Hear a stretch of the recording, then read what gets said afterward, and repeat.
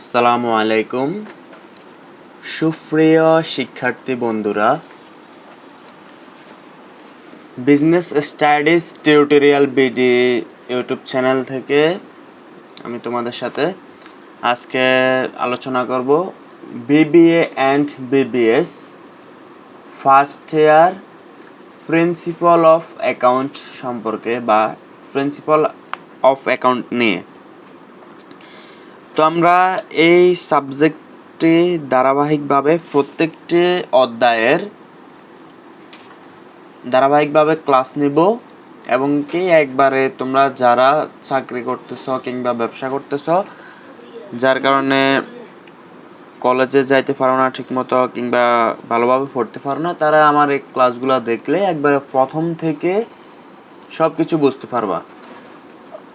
ঠিক আছে, তো আমাদের আমরা প্রথমে ক্লাস 9 থেকে দ্বাদশ শ্রেণী পর্যন্ত এই ক্লাসগুলো করছি কিংবা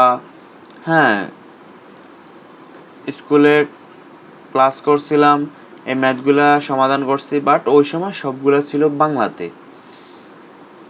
ম্যাট্রিক এবং ইন্টারের পরে গিয়ে স্নাতক পর্যায়ে বিবিএ কিংবা বিবিএস অর্থাৎ ডিগ্রি অনার্স পর্যায়ে সবগুলা ইংলিশে হয়, যার কারণে অনেক শিক্ষার্থী তা বুঝতে পারে না বা ভালোভাবে আনসার করতে পারে না। তো আমি একবারে শুরু থেকে একবারে তোমাদেরকে পুঙ্খানুপুঙ্খানুভাবে বুঝাবো, যাতে করে তোমরা খুব ভালোভাবে এটি সমাধান করতে পারো এবং পরীক্ষার খাতায়ও লিখতে পারো। তো প্রিন্সিপাল অফ অ্যাকাউন্টিং এর দ্য অ্যাকাউন্টিং প্রসেস এই তৃতীয় অধ্যায় থেকে আমাদেরকে বেশিরভাগই ম্যাথ শুরু হইতেছে। আচ্ছা, আমি এই চ্যাপ্টারের নাম বলতেছি, তোমরা এক একজনের বইতে এক একভাবে চ্যাপ্টারগুলোর নাম থাকবে। প্রথমে আমরা হিসাব নিয়ে আলোচনা করি। তো সনাতন পদ্ধতি বা স্বর্ণসূত্র, সনাতন পদ্ধতিতে হিসাব 3 প্রকার।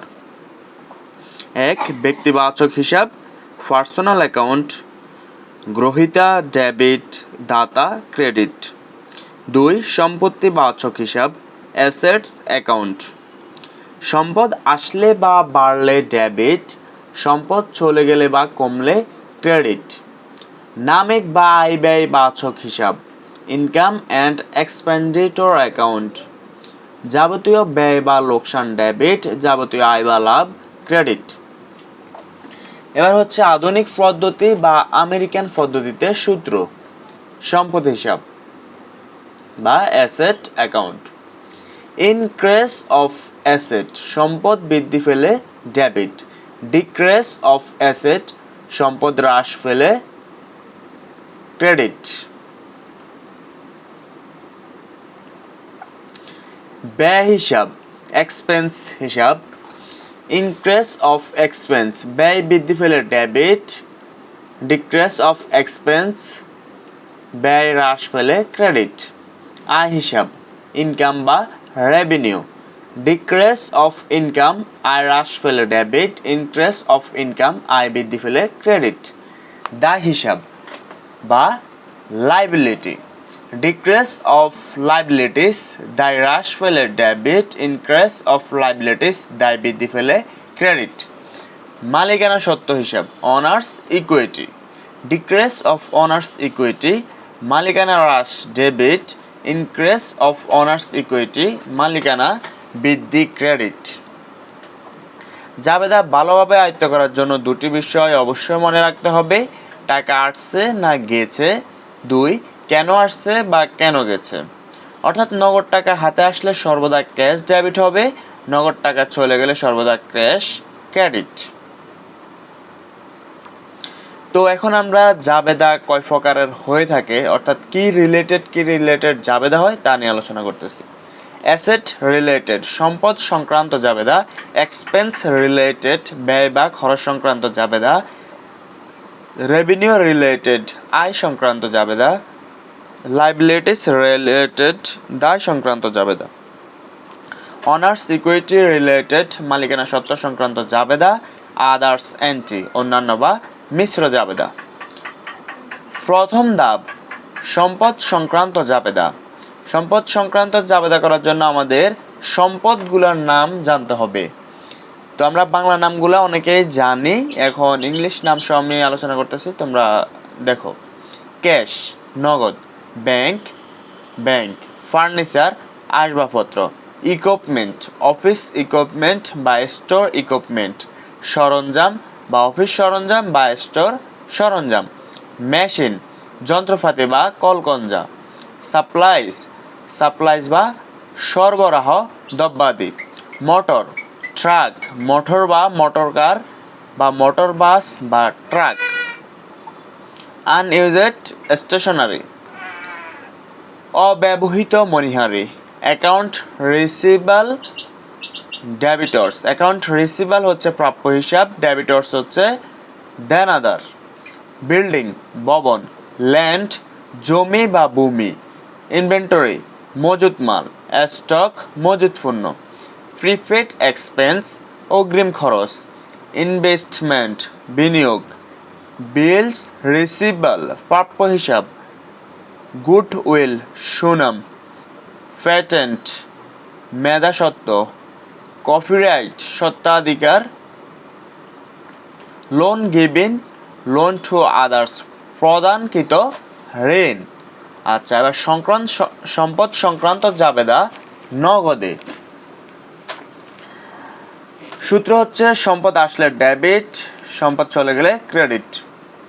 যেমন নগদ সম্পর্ক ক্রয় বা বিক্রয়ের ক্ষেত্রে, পারচেস ফার্নিচার অন ক্যাশ টাকা 5000, ফার্নিচার ক্রয় করেছে বা আসবাবপত্র ক্রয় করেছে 5000 টাকা, তাহলে furniture debit, cash credit.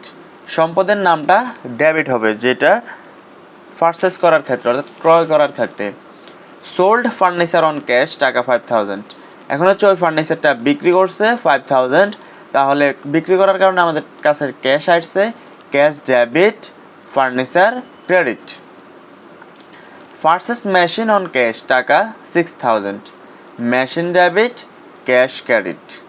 Sold machine on cash টাকা 6000, cash debit, machine credit. Sold machine মানে হচ্ছে মেশিন বিক্রি করছে, বিক্রি করার কারণে আমাদের কাছে টাকা আসছে, তাহলে ক্যাশ ডেবিট, মেশিন ক্রেডিট, মেশিনটা চলে গেছে।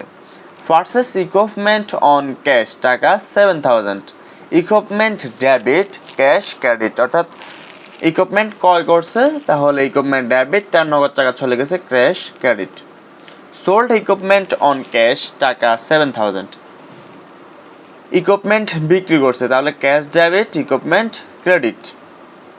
পারচেস সাপ্লাইস অন ক্যাশ টাকা 1000, সাপ্লাইস পারচেস করছে অর্থাৎ ক্রয় করছে তাহলে সাপ্লাইস ডেবিট, সাপ্লাইস মানে হচ্ছে সরবরাহ, আর ক্যাশ চলে গেছে তাহলে ক্যাশ ক্রেডিট।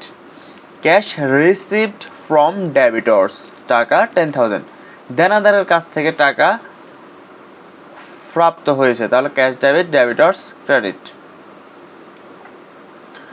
সম্পদ সংক্রান্ত জাবেদা বাকিতে।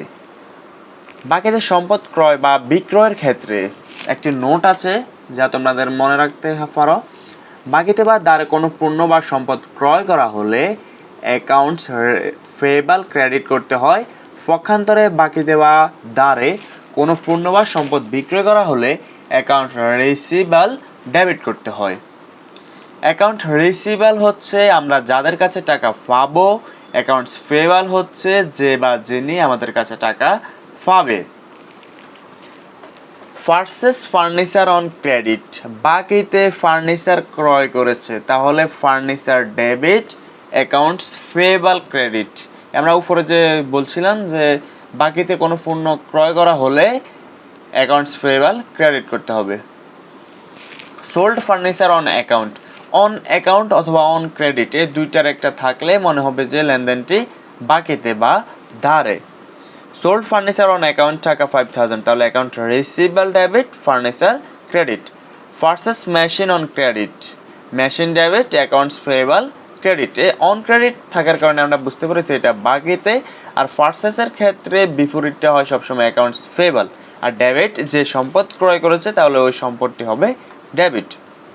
সোল্ড মেশিন অন ক্রেডিট টাকা 10000, account receivable debit, machine credit.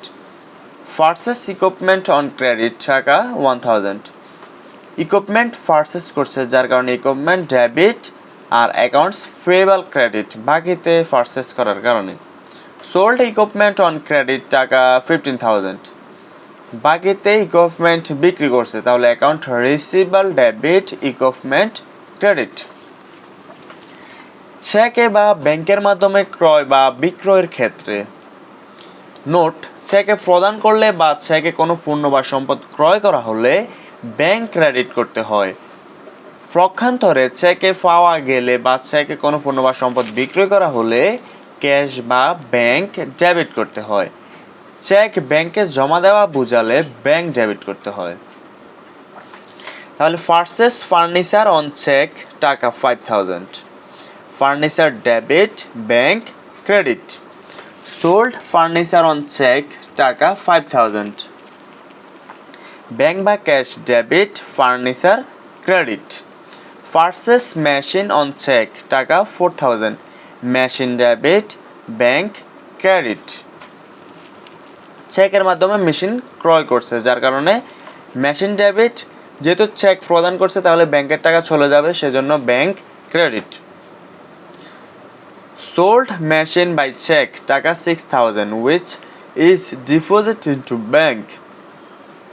চেকের মাধ্যমে যে বিক্রি করা হয়েছে ওই চেকটি আবার ব্যাংকে প্রদান করা হয়েছে, তাহলে ব্যাংক ডেবিট মেশিন ক্রেডিট। চেকটি ব্যাংকে প্রদান করার কারণে ব্যাংকের টাকা বাড়ে গেছে, তার কারণে bank debit machine credit. Purchase equipment on cheque, purchase equipment on cheque taka 7000,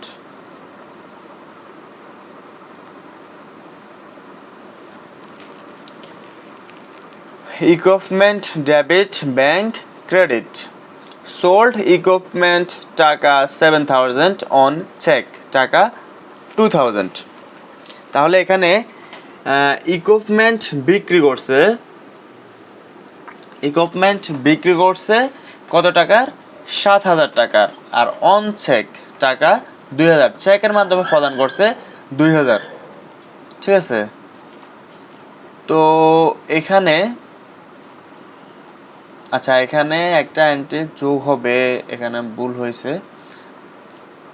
cash debit 5000 আর হচ্ছে ব্যাংক ডেবিট 2000 আর হচ্ছে ইকুইপমেন্ট ক্রেডিট 7000।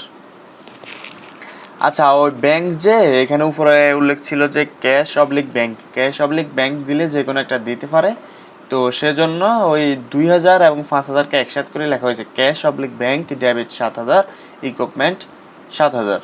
ঠিক আছে, সমস্যা নেই, এরকম দিলে হবে। পারচেস সাপ্লাইস অন চেক টাকা 2000, supplies debit 2000 bank credit 2000।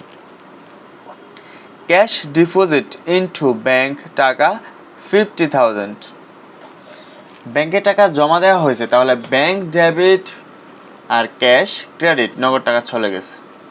Cash deposit into bank by debtors টাকা 40000, অর্থাৎ দেনাদার সরাসরি আমাদের ব্যাংকে টাকা জমা দিয়েছে, তাহলে ব্যাংকে জমা দেওয়ার কারণে ব্যাংকে টাকা বাড়ছে। ব্যাংক ডেবিট আর অ্যাকাউন্ট রিসিভেবল, অর্থাৎ যে দেনাদার থেকে আমরা টাকা পাওয়ার কথা সে দিয়ে দিয়েছে, তাহলে সে ক্রেডিট হবে, অ্যাকাউন্ট রিসিভেবল ক্রেডিট, টাকা যেমন আছে তেমন। ক্যাশ উইথড্র ফ্রম ব্যাংক টাকা 5000, ব্যাংক থেকে টাকা উত্তোলন করার কারণে আমাদের নগদ টাকা বাড়ছে ব্যবসায়, তাহলে ক্যাশ ডেবিট ব্যাংক ক্রেডিট। আচ্ছা নোট, কোনো ব্যয় বা খরচ অগ্রিম পরিশোধ করা হলে প্রিপেড এক্সপেন্স নেম, অর্থাৎ প্রথমে প্রিপেড হবে, তারপরে যে খরচটি হয়েছে ওই খরচের নামটা হবে, তাহলে এটা হচ্ছে ডেবিট করতে হবে। পক্ষান্তরে কোনো আয় বা রাজস্ব অগ্রিম নিয়ে রাখলে ওইখানে আনআর্নেড প্লাস রেভিনিউ ক্রেডিট করতে হবে। আনআর্নেড হচ্ছে অনুপার্জিত আর রেভিনিউ হচ্ছে আয়, তাহলে অনুপার্জিত আয় ক্রেডিট করতে হয়। রেন্ট পেড ফর 6 মান্থ টাকা 18000, অগ্রিম 6 মাসের ভাড়া পরিশোধ করা হয়েছে, তাহলে prepaid rent debit cash credit. Salary paid in advance taka 6,000 অগ্রিম স্যালারি প্রদান করছে, তাহলে salary prepaid, salary debit, cash credit. Insurance premium paid from 1 year টাকা 12,000 এক বছরের জীবন বীমা প্রদান করছে অগ্রিম, তাহলে prepaid, insurance debit, cash credit. তারপর হচ্ছে advertising expense paid for 1 year টাকা 15,000 বিজ্ঞাপন খরচ এক বছরের জন্য পরিশোধ করা হয়েছে, তাহলে prepaid, advertising expense debit, cash credit. Rent receive for advance taka 6,000 rent অগ্রিম গ্রহণ করা হয়েছে, তাহলে ক্যাশ ডেবিট। আর আনআর্নেড রেন্ট ক্রেডিট অর্থাৎ অনুপার্জিত ভাড়া ক্রেডিট। যুক্ত লেনদেনের ক্ষেত্রে in case of joint transaction যা হবে সেটা নিয়ে আলোচনা হতেছে। পারচেজ ফার্নিচার 20,000 অন হুইচ টাকা 15,000 পেড ইন ক্যাশ, তাহলে 20,000 টাকার ফার্নিচার পারচেজ করছে অর্থাৎ ক্রয় করছে, এখান থেকে 15,000 টাকা পেড করছে, তাহলে আর 5,000 টাকা কি আছে, দেনা আছে। হ্যাঁ, তো আমরা দেনাতে কি লিখি, প্রাপ্য হিসাব, প্রদেয় হিসাব। তো প্রদেয় হিসাবকে আমরা ইংলিশে অ্যাকাউন্টস পেয়েবল বলি। তাহলে ফার্নিচার ডেবিট 20,000, ক্যাশ ক্রেডিট 15,000 আর অ্যাকাউন্টস পেয়েবল 5,000। সোল্ড ফার্নিচার টাকা 10,000 অফ হুইচ টাকা 6,000 রিসিভড অন ক্যাশ। ফার্নিচার বিক্রি করছে 10,000 টাকা আর রিসিভ করছে 6,000 টাকা, তাহলে আর 4,000 টাকা আমরা পরে পাবো প্রাপ্য হিসাব আর কি। তাহলে cash debit 6,000, account receivable debit 4,000 আর ফার্নিচার ক্রেডিট 2,000। আচ্ছা,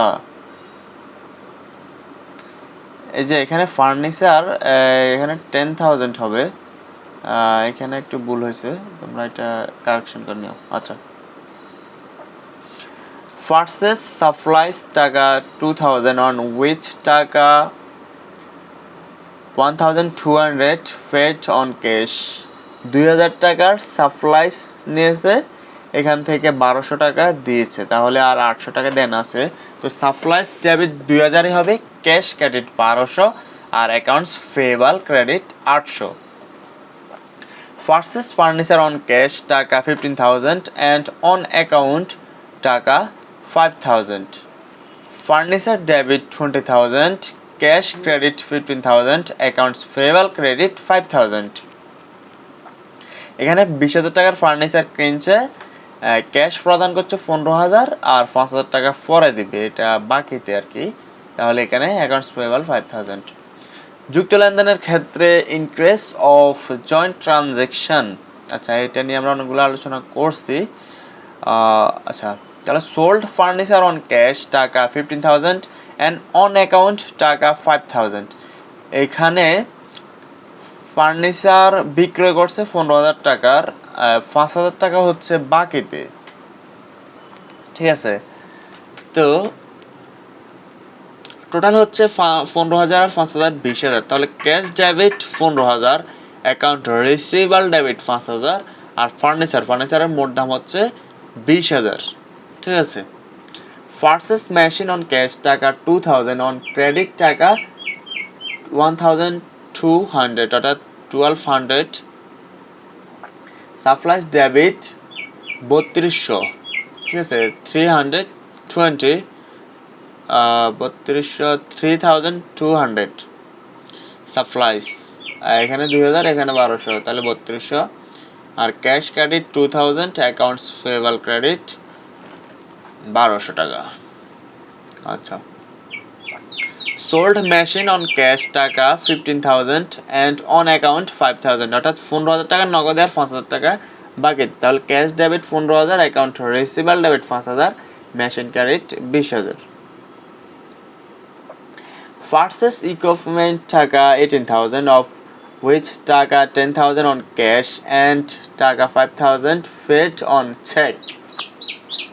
ঠিক আছে, এখানে ইকুইপমেন্টের দাম হচ্ছে 18,000, তাহলে ইকুইপমেন্ট ডেবিট 18,000, ক্যাশ টাকা কত দিয়েছে 10,000, ক্যাশ 10,000, ব্যাংক চেক দিয়েছে কত টাকার 5,000 টাকার, তাহলে ব্যাংক হিসাব হচ্ছে 5,000, আর বাকি যে 3,000 ওইটা হচ্ছে অ্যাকাউন্টস পেয়েবল, অর্থাৎ এটা দাঁড়ে, এটা পরে দেওয়া হবে আর কি। এবার হচ্ছে পারচেস ইকুইপমেন্ট অন ক্যাশ টাকা 10,000, অন চেক টাকা 5,000 অ্যান্ড টাকা 3,000 আনপেড, অর্থাৎ এই আনপেড যেটা থাকবে ওইটা হচ্ছে অ্যাকাউন্ট পেয়েবল। আচ্ছা, মোট দাম কত 10,000, 5,000, 15,000 না, আচ্ছা এখানে 10,000 টাকা দিয়ে হচ্ছে পারচেস করছে, তো 5,000 টাকা নগদে দিয়েছে, 3,000 টাকায় হচ্ছে কি পারচেস ইকুইপমেন্ট অন ক্যাশ টাকা 10,000, অন চেক হচ্ছে 5,000।